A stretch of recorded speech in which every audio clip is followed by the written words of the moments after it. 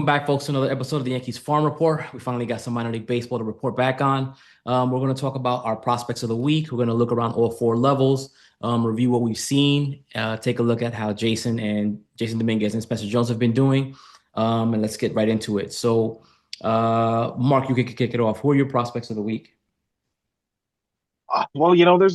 honestly, too many things were going on, especially for AAA. So, I mean, the way Jason was playing in AAA was out of control. I mean, he was the things he was doing there. Probably should have been doing in the major leagues, to be honest with you.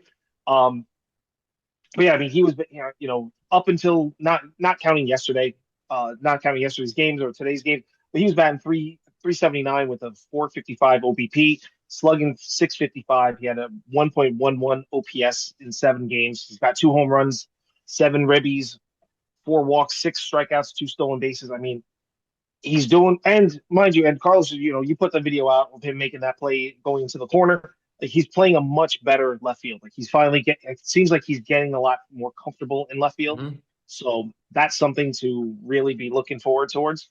Um, he was doing well. I mean, I was at the game on Saturday down in Tampa for watched Brando Maya play in center field. Even though he's only, it's a short sample size for what he's doing right now, batting 214, 267 OBP, 286 slugging, 553 OPS. You know, can't go wrong with that. But he's got speed. He's still young. For Brando, it's very much like stay healthy, stay the course, and he'll progress. But really, those two are kind of like my big takeaways for this past week, especially, like you said, just minor leagues just started with the Mhm. exception of AAA, who's had a big week ahead of them, who's already had a week. But, I want to kind of give high end and low end on that one. All right, Aaron. Yeah, I mean, I'll take, some the easy option and George Lombard Jr. We saw during spring training he definitely looked like he had continued to physically mature. We saw that he changed his stance a little bit, got his hands lower. He was saying it felt more comfortable for him. And the results so far, I mean, I'll just, we only got 2 games of him this weekend because of the weather on Mhm. Sunday. But in those 2 games, he looked great. Everyone Yeah. obviously is well aware he went for five, Mhm. with the home run and a double. Um, and the second game he had another double. But what impressed me is just, on here we've talked about it plenty, and I've written about it is that he had flaws in his zone contact where he missed a lot of pitches, but also he just wasn't an aggressive swinger and he let himself get into bad counts. And I saw in those at bats I watched that he was still staying disciplined. He spit on a couple really good pitches that were just out of the zone. But then there were a couple pitches that were right on the edge, and he didn't swing at them. And you know what? Those are pitchers' pitches. When you don't have a strike or only one strike, you're okay to take those. But the pitches he did swing on, were in a good hitter's pitches, and he's driven them. And today, in the doubleheader, as we're talking, he's only had one hit, but a couple of them, he's laced the ball, and one of them, there was an amazing defensive play to rob him of a double. Um, so yeah, it's just seeing that continuous growth from him. It's been a really encouraging start. Mm. Um, for mine, I mean, originally I was gonna go with Jasson, but Jason's really not really a prospect anymore, so I pushed off of him. I went with Yankel Fernandez as the hitter because he's off to a hot start. I think he's at 5 home runs. Last week he did hit 320 with 1170 OPS, five extra base hits, eight RBIs. I'm kind of intrigued by him because I know I watched him play a few games with the Yard Goats when they faced Somerset, and I mean he's still 23, so I'm a little surprised that they gave up on him already. But hopefully he can revive his career and he eventually gets to make his major league debut and have a nice long career. On the pitching side of things, I went with Pico Cone. Uh, to me, who's had a very impressive debut, 5 and 2/3 inning, 3 hits, a run, 2 walks, 8 strikeouts. His stuff looked really good. I was really amped about seeing him, especially after what we saw at spring training, and he did not disappoint. Yeah, just just to backtrack on Yanquiel Fernandez, last year the Yankees took a shot on Brennan Davis, who was a Mm, former, top 50 prospect with the mhm, Cubs, just had a ton of injuries. And he had a really he had some injuries, but when he was healthy, he looked really good for Scranton. mhm, I can't remember where he signed with, but he did leave the organization. But yeah, Yanquiel fits that same mold of another team that gave up on him for whatever reason. Like you said, he was 23. I don't know why Colorado felt the need to get rid of him that soon, but it's an encouraging start. He definitely has some, swing and miss concerns, but he can hit the ball really, really mhm. hard. And yeah, he's 23. It's exciting to see if they can maybe tighten him up a little bit because we all know that, if we're talking about player development, I trust the Yankees a hell of a lot more than I do the Colorado Rockies. Um, so yeah, no, I think it's a really good choice, and he's definitely someone have my eye on. Mm. All right, so moving on to my notable players of the week at Tampa, moving right along into Tampa, sorry. You had Hans Montero hit 429, 929 OPS, and RBI, walk, stolen base. You had Logan Maxwell, the undrafted free agent, hit 375, 750 OPS and RBI. JoJo Jackson's hit 333 with an 802 OPS, extra base hit, three RBIs, two stolen bases, and BMG hit 250 with an extra base hit and RBI, two stolen bases. Um, on the hitting side of Tampa, I mean, I'm impressed by what I've seen of JoJo Jackson. I know he hasn't played much due to the injuries that he had last season, but I mean, what I've seen from him so far this year, I mean, he's off to a pretty good start. Yeah, I think he was a guy I briefly mentioned last time we did the show.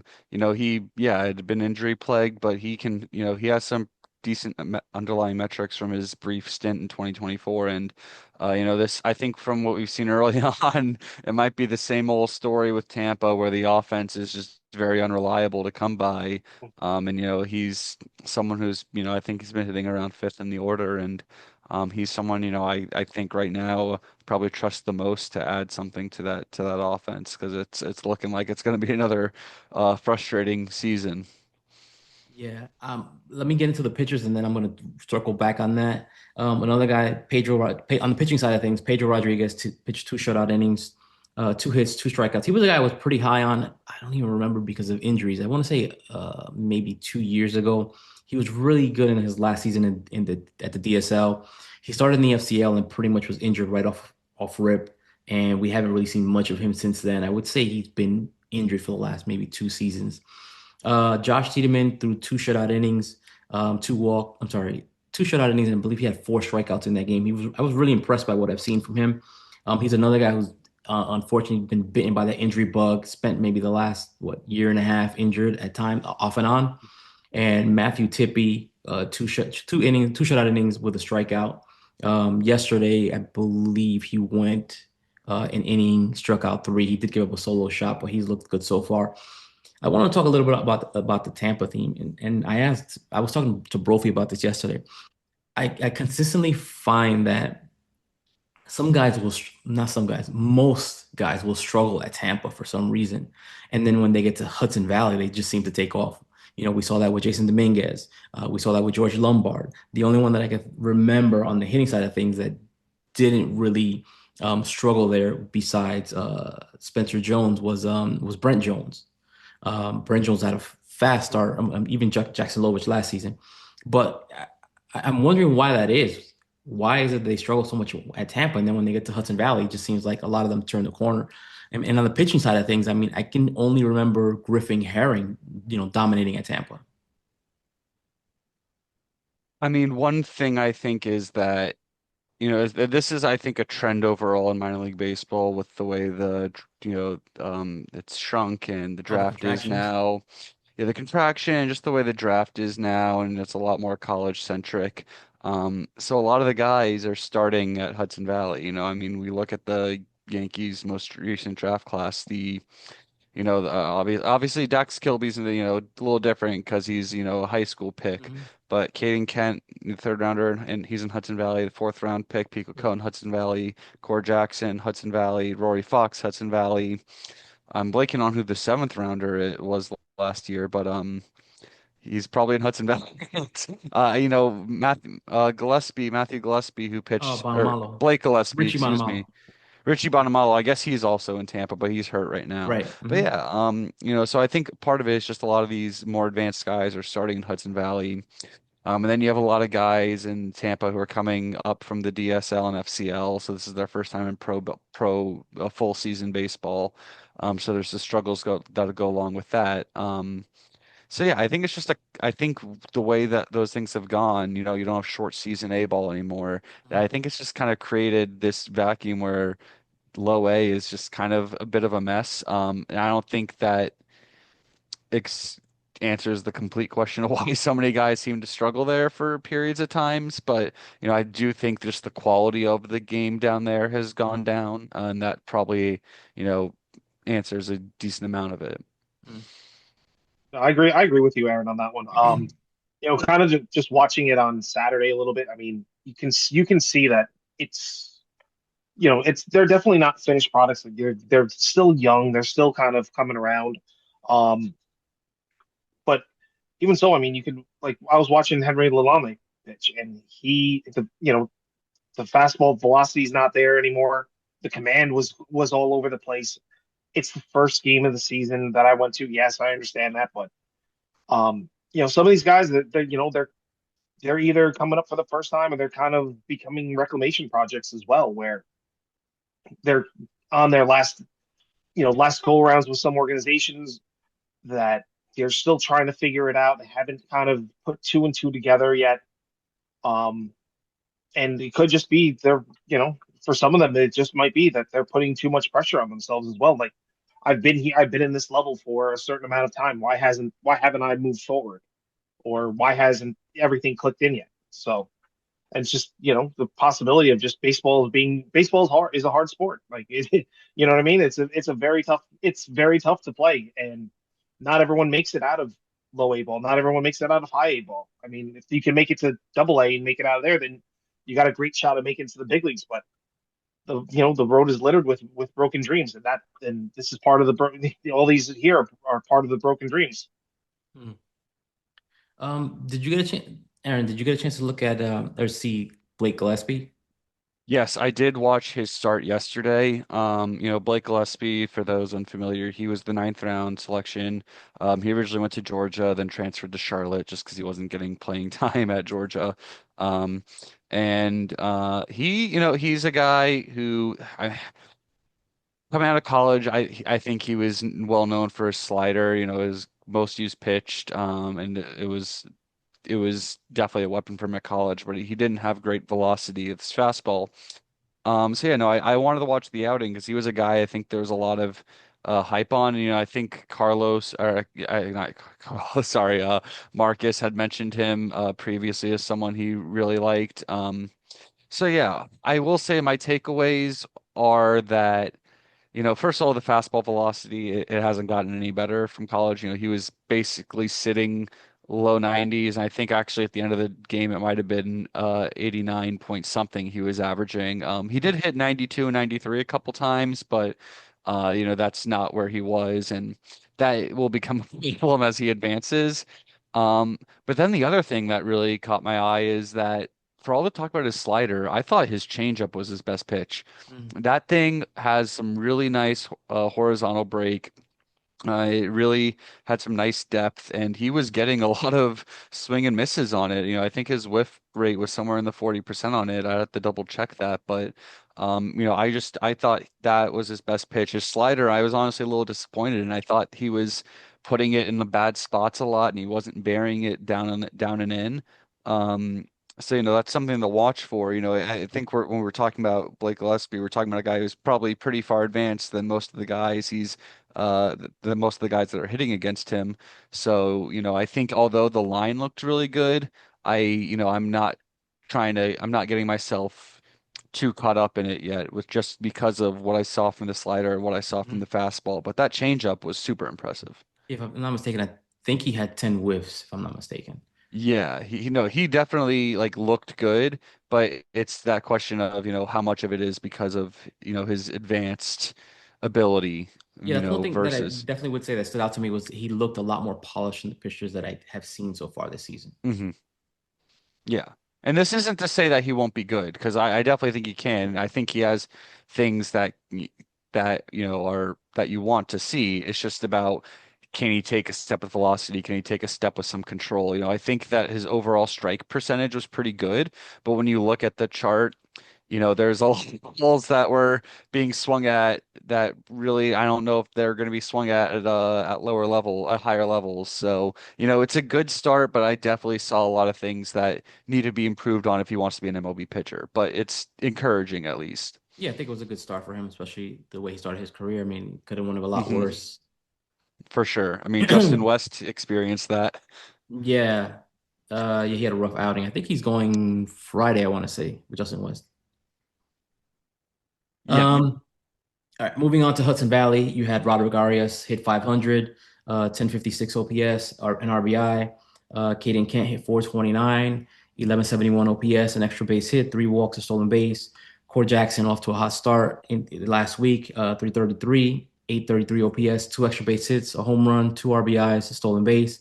And Kyle West, 333, 844 OPS, extra base hit, RBI, two stolen bases. You want Right to off hear? the rip, I'm gonna say from what I saw over the weekend, I was really impressed and very happy for Roderick Harris. I mean, for Roderick Arias, he looked a lot better than what he did last season. Hopefully that continues. That continues. I know it's just the first week, but I'm hoping for good things from him this season. I mean, he really needs to bounce back this season to get some of that prospect shine back. Oh, absolutely. And he's showing early on right now the ability to hit, like we said, like we were just saying before. But on top of that, he was hitting pitches that he wasn't getting to last year, and he was fouling off or just whiffing on. So I think he has maybe the just maturity now for him. Maybe he's having being fully like really healthy now as well. But I just think that, I mean, he's coming into his own as a hitter. He's finally kind of connecting the dots along the way, and he's figuring out who he can be as a hitter, because now it looks a lot better than it has in the past couple years.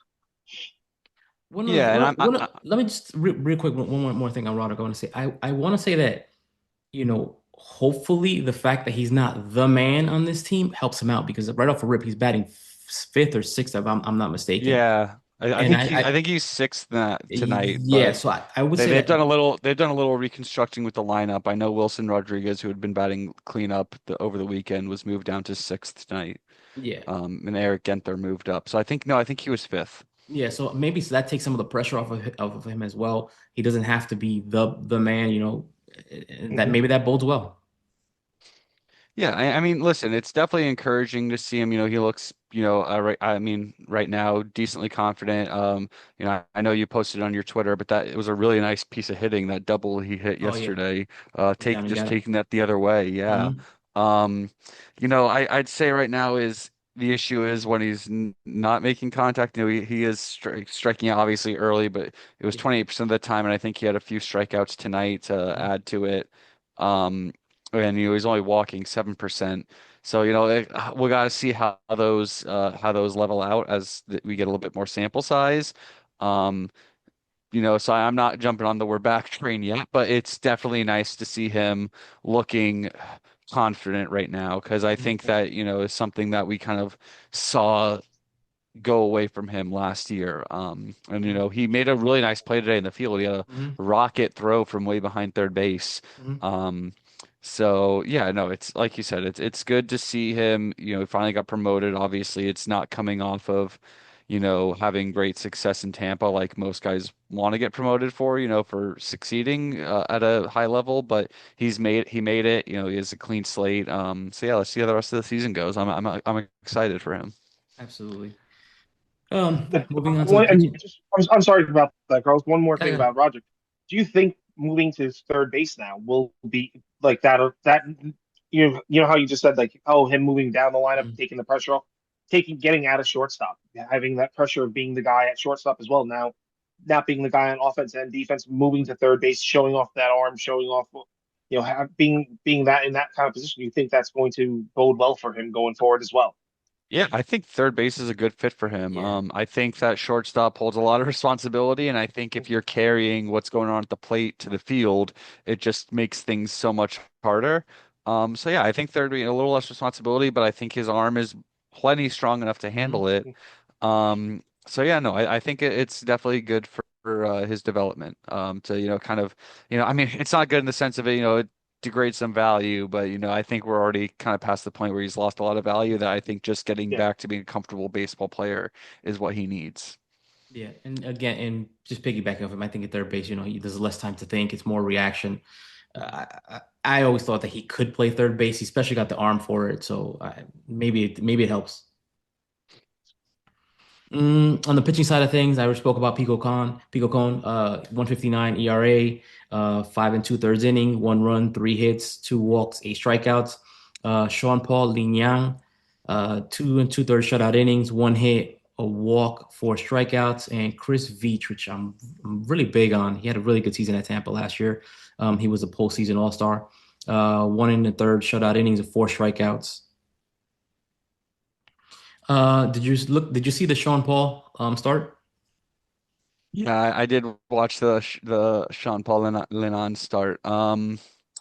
It's there's definitely a lot of growth that needs to happen. I think, we talked about it, and I think it is he's a change up, and that's about it.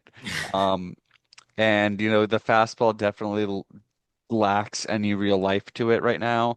Uh-huh.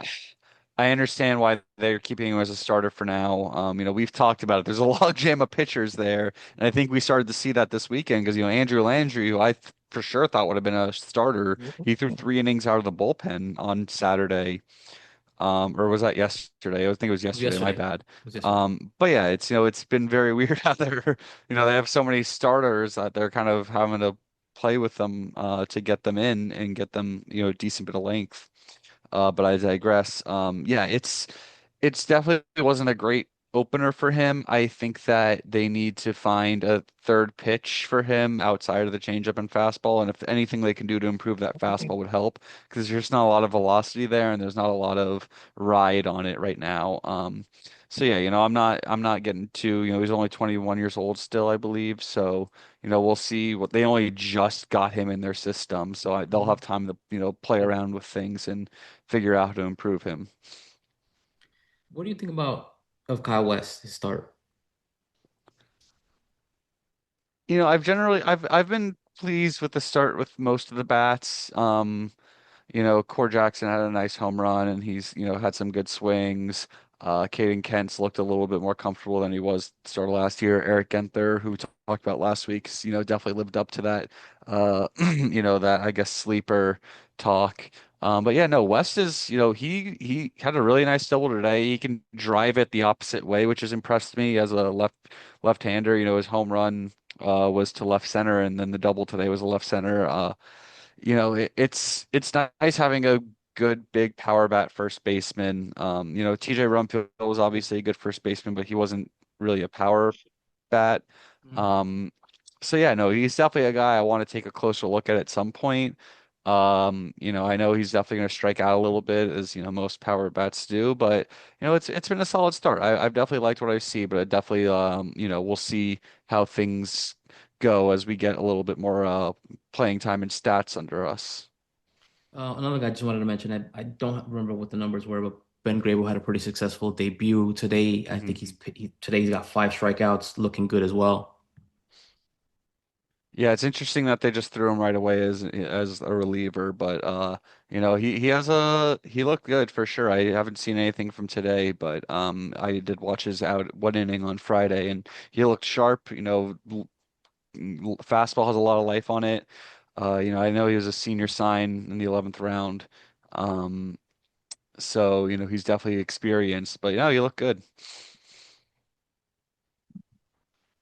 Let's moving on to Somerset. We've spoken about Lombard. Lombard had an insane start. I think it was 5 for 6 in that first game, doubled in the second game. He hit 667 over the weekend, 1922 OPS, 3 extra base hits, a home run and a stolen base. You had Tyler Hardman who hit 500. I think he hit a grand slam if I'm not mistaken. Hmm. Kobe Morales hit 375 with a 1525 OPS, two extra base hits, two home runs, six RBIs, off to a really hot start. It's what you want to see Um, out of your top prospect, yeah, especially a definitely guy who, was, questions about the I don't bat. want to say falling, but he was getting passed by others. Mm. I mean, regarding Lombard, I mean, I'm really happy to see the hot start from him. I haven't looked over the two games from today, but the one thing that I am noticing is the uptick in the power. Where last season it took some, we didn't see much of that power until like I want to say the second half once he got to Somerset, and you're just starting to see it right away now. Hmm. Well, yeah, they all. He's got the he's got the pedigree. I mean, he's got the lineage. So, I mean, obviously, he's probably he gets the work put in the off season. His father, obviously, being a major league coach, and let's be honest about it too. Like his brother is a top prospect, is a top draft prospect that's going to be coming up in this draft. So, Hmm. the family, them working together the entire off season, obviously putting some muscle on, fine tuning, like you said before, dropping the hands down a little bit more to be more comfortable batting. I think all those things will be what's kind of pushes him forward. And then, I think if all goes well, like it is right now, if this hot start stays, then maybe by June you see him moving up to AAA at that point. Maybe not. That might be. I don't think that's too far fetched, especially looking down the line what the big club needs, and he's definitely in the talks of being in the big club by 2027. Maybe I Yeah, might not. Go ahead. they haven't been afraid to be aggressive with him, either starting at single A or moving up to Hudson Valley and Somerset when they did. They called him up to Somerset when he was still 19. So, and I think now that he's at the higher levels, they're probably willing to be a bit more patient. But yeah, you're right. They've only shown confidence in the kid. Yeah, one thing I was gonna say is maybe I'm not swimming in the same direction on everybody here, but I don't see any reason to rush Lombard right now. I It's agree. it's because my problem is that if you get him to AAA, now you start the clock on him, right? Now Mm. the question becomes from the front office, okay, when does he get here? And then the fans start saying, well, when does he get here? When does he get here? And that just puts more added pressure to him. And personally, I don't think the Yankees are ready to give up on Volpe. Yeah, I don't But think I it's do think bad that, at all for him to spend, half the season in Somerset. I don't think that's gonna, I don't think they need to call him up after like 30 games or 40 games or whatever it was in Hudson No, Valley. We can let him spend through like the All-Star break. I'm perfectly fine if they let him spend 75% of the season at Double A, Yeah. because once you've mastered Double A, I don't really think there's much for you to do at Triple A. You Oh, pretty much there's just definitely a bit of a gap, but it's not as to nearly me, as big of a gap as single high A to double A is the biggest gap. Double yeah, A to triple A is a pretty small gap. to There's me still some things to learn, but it's definitely not as bad. to me once you get to at Triple A, you're basically just circling the airport. That's basically it. There's not much that you can do, and we have seen Hmm. the Yankees haven't their top guys, they haven't spent much time there. I mean, Jason, and Volpe, and even Wells. Yeah, I Yeah, don't think but Volpe even played triple A, maybe very Volpe did. got I briefly. like think no, got he like played a about week or 2 weeks. no, I think he played Two, about, I want to say about 20, 25 games, if I'm not mistaken. In the chats, you could always feel very few. correct me. Yeah. Yeah, I think it was about 20, 25 games, if I'm not mistaken. But it wasn't that much. And Hmm. he wasn't really excelling there. I think he was just holding his own. He Hmm. was just head above the water. Um, on the pitching side Well, of things, I'm sorry, Carlos. I want to say go one thing ahead. you mentioned before. You were mentioned before about not rushing Lombard, and especially with the Yankees not wanting to give up on Volpe. Yeah. I agree that they don't want to give up on Volpe, but I also do think that they get all the signs of this offseason from the big club was that Volpe needs to kind of start making some progress, and I think that the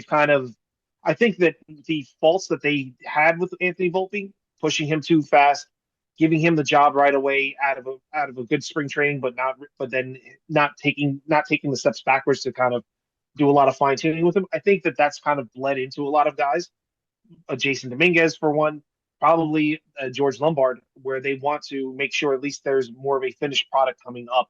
So I agree with you on that, but they also do hear the fans are kind of clamoring for George Lombard now. Yeah, but So the front I office think doesn't really care about that. They don't care. You can true. clamor all you want. They don't care. They don't care that fans want to Yeah. see XYZ prospect. They just don't. I also just don't think that, a majority of fans know what George Lombard is as a player. They probably see he's a top 50 prospect and they go, "Oh, he's going to hit and Yeah. defend and whatnot." But, like the only Or real they or way they're I seeing would, what's with Volpe and they want something yeah, different too. yeah, exactly. And that's what, my point was going to be is if, Yeah. unless when Volpe gets back, because, I think it's pretty safe to say he's going to be the starting shortstop when he's healthy. The only reason I would even myself, but I think any fan should even remotely be calling for Lombard is if Volpe's a mess defensively. Because I don't think Lombard is a 21-year-old rookie who will probably, if he does some reason get called up, will have probably barely played in AAA. He's not adding anything more with the bat. I think what we've seen a lot in the major leagues these days is, a lot of guys when they get called up don't succeed right away. There are exceptions for sure. But a lot of guys, it takes a little bit to click. And if we're, in a playoff push, that's not the one on a shortstop, to all of a sudden start needing at bats from. So yeah, I'm happy that he's looking better. I'm sure we'll talk about him a ton this summer. But he's definitely not someone give him his time, give him a chance to really get a lot of Yeah. at bats in Double A. Piggybacking off what you said, if they're in the playoff hunt, I'm 1,000% sure they'll be giving those at bats to Caballero and not to Yeah, Lombard. Vets all day. Well, they had McMahon playing shortstop today, so you always can have that experiment as well. yeah, he's Uh, had some nice plays there today. I was watching the game. Mhm. Yeah, yeah, I'm not gonna go and touch on McMahon, but anyways, Ben has a really good opening day. 5 innings, gave up 2 runs, 3 walks, 9 strikeouts. Loved what I saw from him in that regards. Kyle Carr went 4 innings, gave up 1 run, but he did walk 4 strikeouts. Xavier Rivas, who I'm assuming they just threw him in there to get some work because he's not pitching until the end of this weekend. Two and a third shutout innings, 3 walks, 5 strikeouts. Um, Y- Thoughts on what you saw from Rivas? yeah. I mean, I really liked it. He walked the first two batters of the Hmm. outing. Definitely some iffy control, which is something we knew And was questionable calls. some questionable calls. Yeah, I mean, it wasn't nothing like nothing too bad. Just didn't get Yeah. his way, but then he started cooking. Yeah. It's good news that the fastball is sitting up more 92, 93. Mhm. I think that's a tick up from where he was sitting with it last year, which, that definitely helps a lot. But I mean, his sinker, or excuse not sinker, his splitter, it's so deadly, and it's such a good looking pitch, and it generates so many whiffs. But his slider has some crazy action too. It's a little loopier, but he's confident in throwing it to righties and lefties, and no one really can hit either that or the splitter. And adding in that fastball velocity, it's no wonder that he struck out five in his, of his 10 batters he saw. Um, so yeah, I'm excited for him to get back to starting. I'm guessing this was just, yeah, a build up. I'm not sure if he got off to a late start or what. But I'm definitely excited to see him start on, I think you said it's Friday he's starting, right? It's either Friday or Saturday. Either way, yeah, looking forward to that outing. Yeah. Um, Moving on to, unless you wanted to comment on anybody else. I just, Ben Hess, obviously hasn't been talked about as much as two of the guys who I'm sure we'll talk about next. But he looks really good, and I wrote, I did my first scouting notebook, on the Yankee Farm Report website. If you haven't read it yet, go read it. I'm trying to cover, at least 3 or 4 prospects each week, really watch their outings and dissect it. Ben Hess is one of the guys I covered, and he's really, really good pitching north-south. That's with the fastball, where he's able to hit at the top of the zone and at the bottom of the zone, and then his curveball, which when that's at the bottom or below the zone, he's getting a lot of swing and miss on it. It's real. It just from those two pitches, north and south, he's dominant. And it's funny because Jeff Ponce of Baseball America put an article today talking about 15 pitching prospects he thinks could break out. And in it, he mentioned Hess, and he mentioned specifically how dominant he is north south, which made me feel good that I caught that. So yeah, if he can get a better performing changeup and cutter and slider, that will only help him because right now it's, here that he's really succeeding and we need to get more, east west. So yeah. Moving on to Scranton. Yeah, you had Jasson Domínguez hit 438, 1488 OPS, four extra base hits, two home runs, four RBIs, four walks, two stolen bases, and that was after being benched against two left-handed starters, and then he pitched because they had two left-handed starters in a row, and then on the third left-handed starter, that's when he finally got back into the lineup. I don't know if they was purposely to bench him. It kind of seemed that way. Maybe it was just a coincidence, but I do recall that the game prior, he had been shaking his hand. I think he fouled the ball off. I'm not 100% sure, but I remember him shaking his hand after one of those at bats, and maybe that might have been why. Maybe it was just giving him a day, giving him a day off just to rest the hand. Yankee Fernandez was the other guy. He wanted to mention it at AAA. He hit 320 with a 17, I'm sorry, with a 1270 OPS, five extra base hits, three home runs, eight RBIs. And Ernesto Martinez hit 280 with 908 OPS, four extra base hits, two home runs, five RBIs.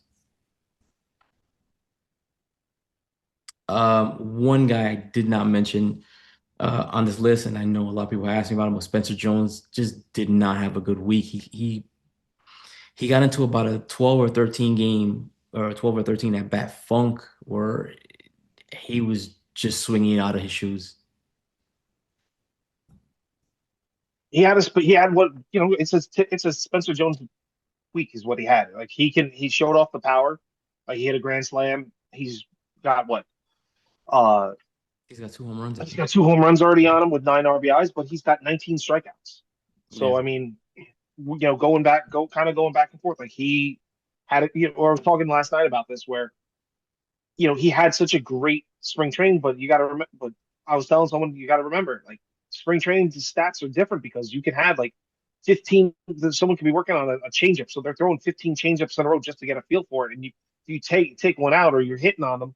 That's great for you as a batter, but doesn't do much when you then jump into AAA or Double A or going to real pitching now, where they're working backwards, where they're going fastball, then they're bringing the breaking stuff, and you have to adjust. And it just seems like he's still having these issues. And this is year four now for him. Mhm. So I mean, he's kind of at that point where it's kind of becoming a make or break type of year for him.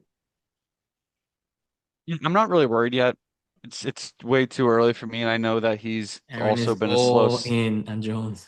It's not that I'm all in on Jones. It's just that I've seen this before in the sense of that, like, I know he's started slow plenty of Yeah. times. I don't think he's, as a bigger guy, and I think we're seeing it with Aaron Judge to an extent, obviously, relative to those players' abilities.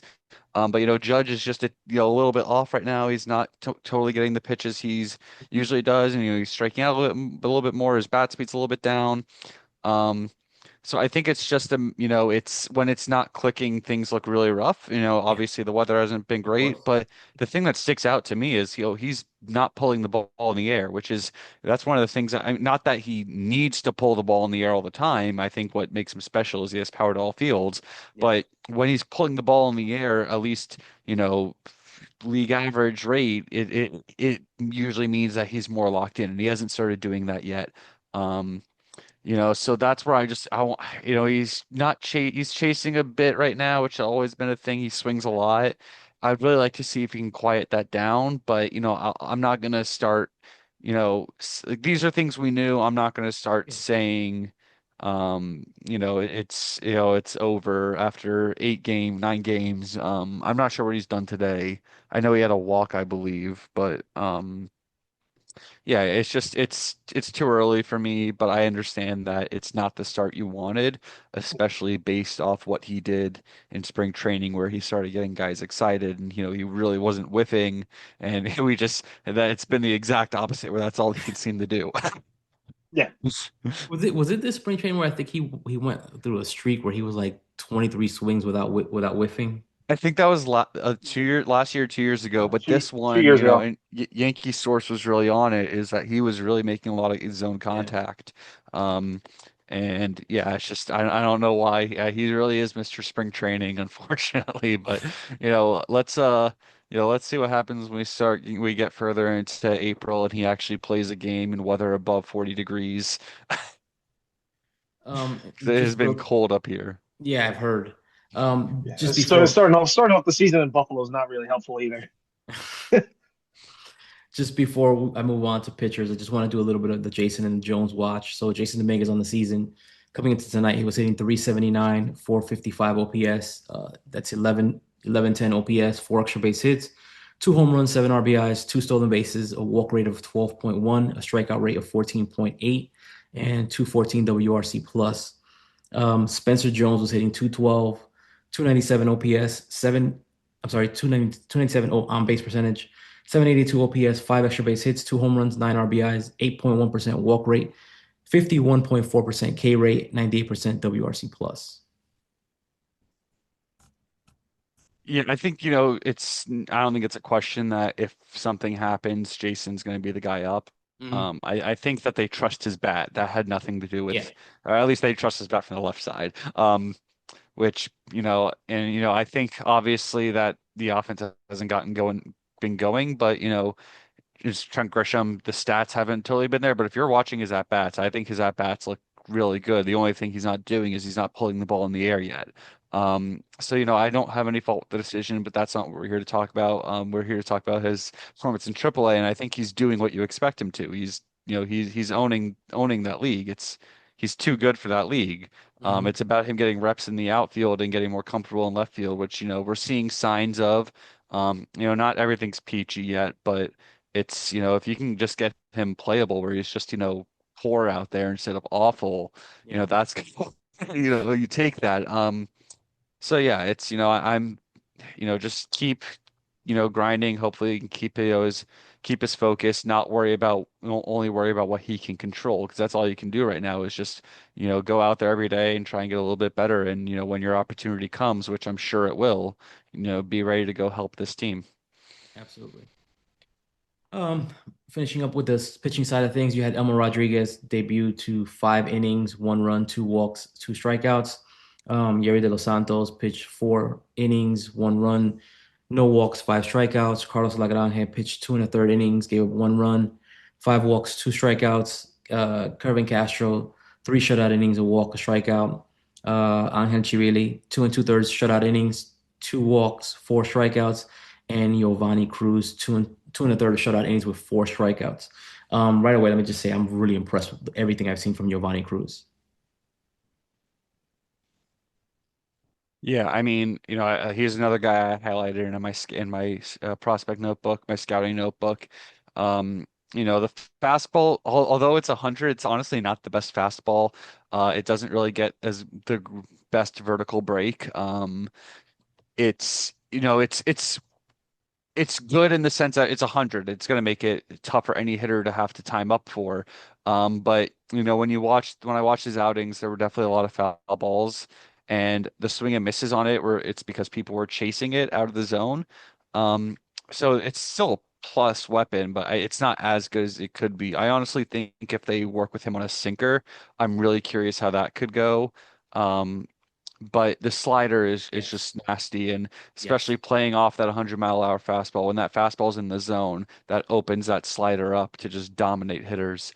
The command with it, I definitely saw was iffy, and his control was an issue with him and his pass stops, but it seems like, sometimes he would throw it, it would be going to that bottom corner like you want it to, or he would be starting it out behind the right-handed hitter and it would end up in the middle of the plate. And sometimes it just left his hand wrong and it just kind of curved out to the right and was just a nothing pitch.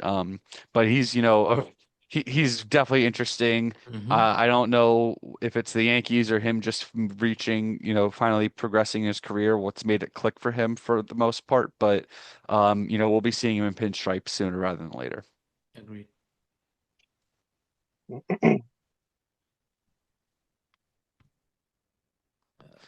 And I also just, to keep going, No, go ahead. you know, Elmer Rodriguez, I just want to talk about him. It wasn't the best outing. There was, some walks, didn't get a lot of whiffs. That's not, even though that's not totally his game, but I thought it was, a solid start. I think his sinker looked really good. and that, grades is a plus weapon. Um, so, with him, I just want to seeing him keep hitting the zone. I also wager that, you know, as a guy who has a lot of different pitches, pitching in the cold is especially tougher for him, where, you need where you're struggling to get a feel for everything, and you have six pitches. That's a lot of things you're trying to get a feel for. So we'll see how this season progresses, but, I'm really excited for him and his second start. Absolutely. But one more thing regarding Elmer. Sometimes Elmer will have these starts, right, where you're just like, damn, only two strikeouts, and then he'll come back with nine strikeouts in the next game or Hmm. 10. Yeah. I mean, he And I don't was ex what yeah. he did lead the minor leagues of all the pitchers that didn't debut at the second Yeah. overall at the time. And I expect him, I don't expect him to be a 30% strikeout guy in the pros.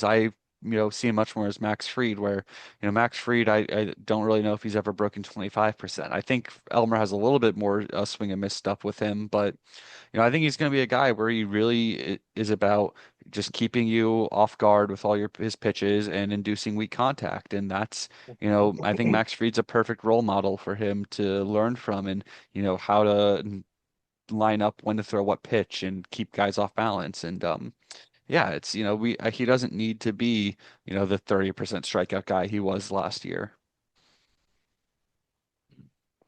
Um, One question. So far after this first week, how are you guys feeling about the system?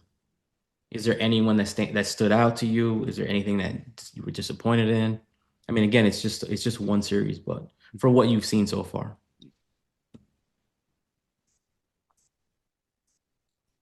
I- I'll say I definitely think the pitching for the most part is as advertised. Hmm. I'd Always. say maybe some of the double A bullpen is a little rough on the edges, and that they got beat around in the first game of their doubleheader today. But the pitching is basically as advertised. Hitting, I think that it's off to a slow start, but you can see some guys who could fill in the gaps that we have traded. Last week we talked about Eric Genther, talked about Core Jackson, Caden Kent. We talked about Kyle West today. Kobe Morales was someone that you mentioned who, has some interest and played pretty well in that spring breakout game. Mhm. But also my other breakout is just Tampa. It just continues to look like a frustrating place to watch a game, and I really hope they can improve. Both, obviously we talk about Gillespie having a good outing, but Mhm. it's been a little iffy there, both on the mound and at the plate. So I really hope, because they have talent there. Everyone knows I love Yeah. Emmanuel Tejeda, Brandon Mayea. It's obviously a guy who has a lot of talent. It just hasn't been able to translate yet. Um, JoJo Jackson's a good looking player. So yeah, that those I think those are my main early, early, early notes on the system. Yeah. I think for me, it goes back to Tampa. Like you see how good of a product they put on the field at Hudson Valley, and for the life of me, it just boggles the mind is how when I watch some of the Tampa games, it's like watching a high school game at times. They've thrown the ball around way too much. Hmm. Um, the fundamental things of moving a runner over isn't done. Um, I'm expecting a little bit better, is what basically what I'm getting down to from the Tampa game, from the Tampa team, and again, it's still very early. It's still very early. Things can change really quick. So that's my hope because I know I've seen better baseball from Tampa. Hmm. Well, don't forget also, I mean, some of these guys are still college level type players. So the development's still there. I mean, your guys Absolutely. are 100% right. First and foremost, Aaron, you're 100% right about, just pitching. The pitching's leading the way. Um, that's going to be something that we'll be talking about for quite some time. And Tampa, like I said, I was there on Saturday. Probably going to go over to Clearwater on Friday and watch them play the Clearwater Thrashers. Hmm. Um, and that's you're just I'm expecting you're expecting like in between like like a a good as high end as a good college baseball team to low end of just of a high school team, and you know you can see anywhere in between there, and there's just like you said, it's just about the development. It's just about guys that haven't gotten the reps yet, are still learning, are still trying to get the reps. Now you have guys that are playing. Some of them are playing their first full season of professional Hmm. baseball in That like too. full season now. So there's just a lot of things happening right now. So the hope is that it's just the early season. They're kind of getting by. They're just kind of getting their feet underneath them.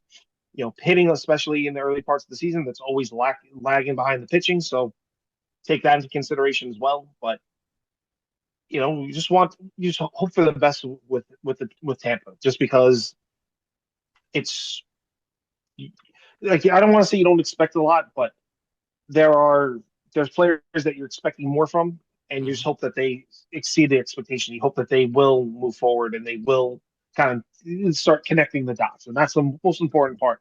Kind of sounds cliche, connecting the dots, but it's really the truth of the matter is that they have to start connecting the dots in order at least to even make that attempt to go to Hudson Valley. All right. Last question I have before we get out of here. Being what we've seen from around the league with in terms of a lot of young players, should the Yankees try to extend Cam Schlittler now? Why I'd not Ben like them Rice to. instead? Huh? Why not Ben Rice? You Or can Ben you can Rice? extend Ben Rice. I think Ben Rice is a little different just because he is Hmm. already 27 years old. Yes. Um, Mhm. but I love Cam Schlitter.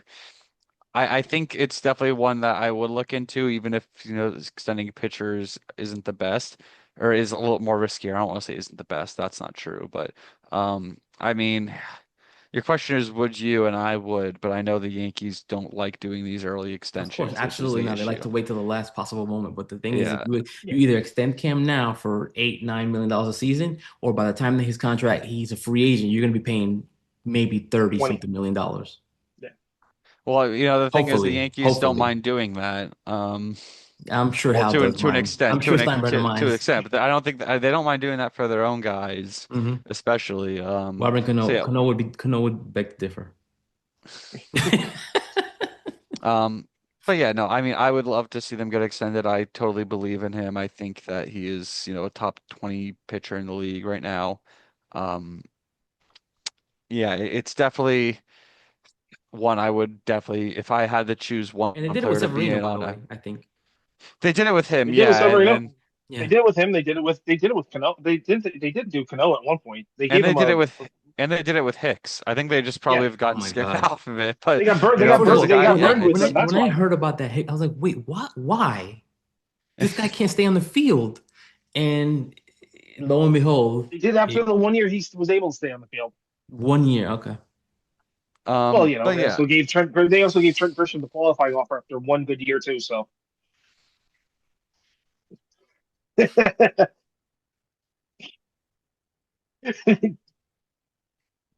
God. All right. All right, guys, if you we're gonna head out here. If you haven't already done so, please make sure to check out the website Yankees Farm Report. If there's any guys you want Aaron to go over, to look over, to give you an in-depth analysis, just make sure you do a post on the forums. The forums are active now. On the way out, make sure you hit that like button. If you haven't done so already, please subscribe. And on that note, guys, good night.